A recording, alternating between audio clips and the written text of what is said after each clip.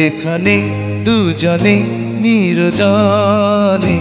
ঢাকাই সিনেমার রাজপুত্র সালমান শাহ নেই ২৯ বছর, তবুও তার জনপ্রিয়তা, তাকে ঘিরে ভক্তদের উন্মাদনা এতটুকু কমেনি।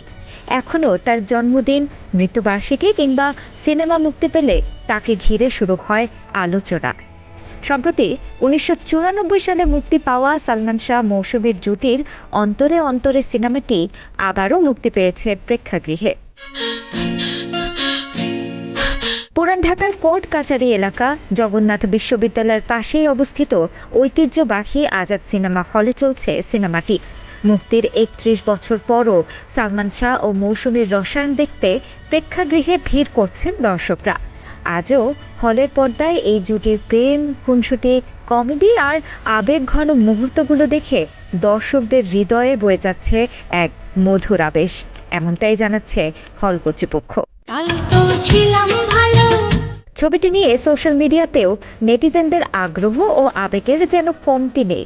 অনেকেই সিনেমাটি হলে গিয়ে দেখছেন, অন্যকে দেখতে উৎসাহিত করছেন। কেউ কেউ সোশ্যালে লিখেছেন, সালমান শাহ নেই, এই সত্য আজও অনেক ভক্ত মেনে নিতে পারে না, কিন্তু পর্দায় তার উপস্থিতি এখনও জীবন্ত। অন্যদিকে মৌসুমী এখনও জীবন্ত কিংবদন্তি, তাদের প্রতি ভক্তদের ভালোবাসা আজও প্রাণবন্ত। জানা গেছে, আজাদ সিনেমা হলে অন্তরে অন্তরে ছবিটি ডিসিতে দেখা যাচ্ছে মাত্র ১০০ টাকায়। অন্যান্য সিটের মূল্য আরও কম।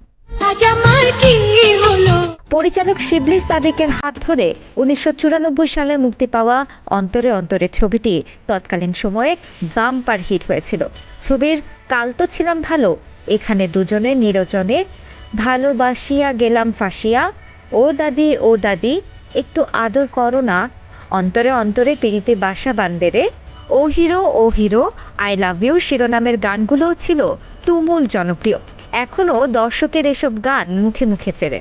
এখানে দুজনে নির্জনে।